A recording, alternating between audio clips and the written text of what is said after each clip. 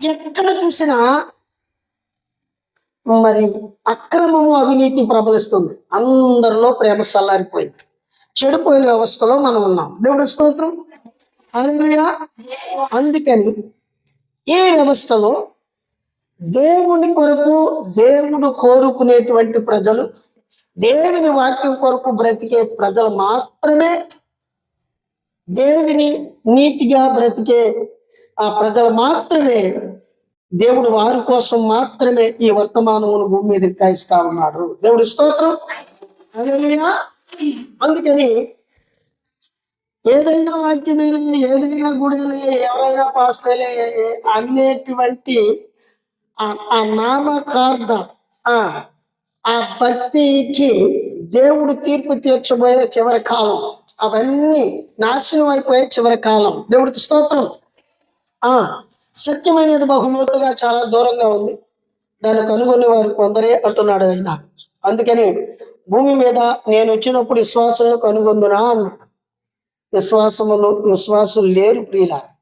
క్రైస్తవులు ఉన్నారేమో కానీ విశ్వాసులు లేరు. విశ్వాసులు ఎవరైనా ఉన్నారంటే దేవుడు ఎన్నుకున్న ఆ ఒక్క వధువు మాత్రమే. ఆ వధువు ఏంటంటే వాక్యం మీద బ్రతికే వధువు. దేవుడికి స్తోత్రం. దాని కొరకు బ్రతకాలి. చూడండి, నిన్న రాత్రి చెప్పాను, నిన్న రాత్రి మొన్న చూడండి, ఈ కాలానికి కొన్ని సూచనలు పెట్టాడని చెప్పాను కదా. లోతు దినాల్లో ఉండునని, అంటే ఆ సుధమ నాశనం అవునట్లుగా ఈ లోకం కూడా నాశనం అవుతుంది. ఓకేనా? పేతురు గ్రంథం అదే చెప్తుంది. ఈ భూమి వికటమైన వేండంతో లయమైపోవడానికి అగ్ని ఆహుతి కోసం నిల్వ చేయబడ్డదని. దేవుడి స్తోత్రం. ఆ సమయం ముందు అబ్రహాముకు మాత్రమే సంగతి తెలిసింది. ఓకేనా? అబ్రహాం చెప్తాడో నమ్ముతాడు అప్పుడు లేదు. నవ్వు చెప్తే నమ్మేరేటి అలా.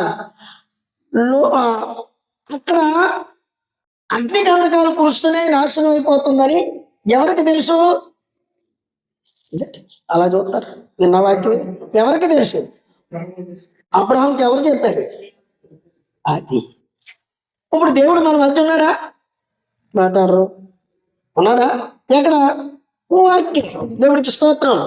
వాక్యమే దేవుడై, వాక్యమే శరీరధారి వచ్చాడు. ఆ వాక్యమే పరిశుద్ధాత్మగా ఇప్పుడు మన మధ్య ఉన్నాడు. దేవుణ్ణి నమ్మేవారు దేన్ని చూడాలంటే వాక్యమును చూడాల. దేవుడి స్తోత్రం. వాక్యానుసారమైన సేవకుడు ఎవరో, వాక్యాన్ని వంకరగా తిప్పి అబద్ధ బోధకుడు ఎవరో నమ్ముతారు. ఆ కాలానికి ఆ నెరవేర్పును చూస్తారు, సిద్ధపడతారు. దేవుడి స్తోత్రం. అలాంటి వారు కొరకే ఈ వర్తమానం వచ్చింది ప్రియుల. అలాంటి వారి కొరకే. దేవుడి స్తోత్రం. సర్వాధికారి అయిన దేవుడు భూమి మీద సువార్త చేయడానికి వస్తే ఎంతమంది మిగిలారు?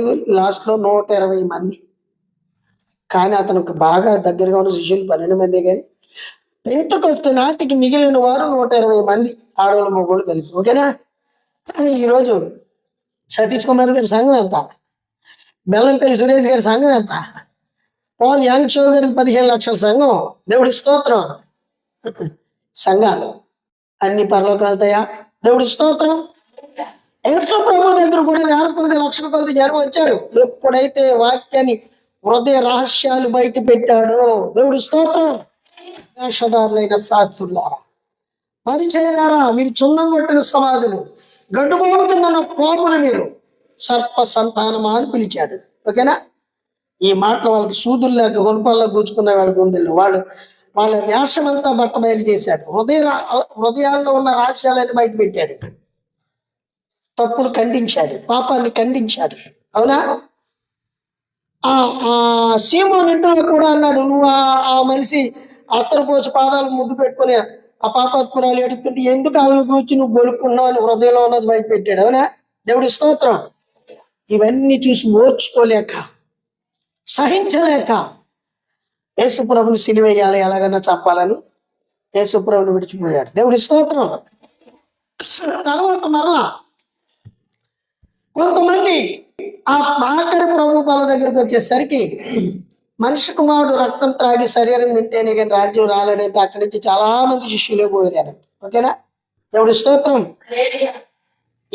ఇప్పుడు దీనిని గమనించాలి. ఆ చివరికి వచ్చేసరికి 120 మంది యేసుప్రభుకి మిగిలేరు. దేవుడు స్తోత్రం. వాళ్ళ నుంచి మరలా నూతన అధ్యాయం ప్రారంభమైంది. కాబట్టి ఇప్పుడు మనం దేవుని కొరకు జీవించాలనుకున్నప్పుడు ఖచ్చితంగా వాక్యాన్ని మాత్రమే పట్టుకోవాలి. వాక్య ప్రకారంగానే జీవించాలి. వాక్యం కొరకే ఉండాలి. మనకిచ్చిన ఈ కాలానికి వధువుకి ఇచ్చిన 5 రకాల పరిచర్య ఏంటి? మారు మనసు. దేవుడి స్తోత్రం. మారు మనసు లేకుండా ఎక్కువ మాటలు మనం మాట్లాడకూడదు. మారు మనసు ముందు మెయిన్. ఇక్కడ పాడతారు, మాట్లాడతారు, గొప్ప గొప్పలు చెప్తారు, మళ్ళీ జీవితమే మారలే. ఇంకేంటి? మారు మనసు లేనప్పుడు పరిశుద్ధాత్మని ఎందుకు ఎలా వస్తాడు?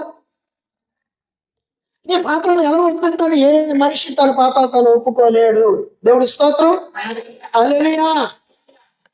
పరిశుద్ధాత్ముడే ఒప్పించాలి.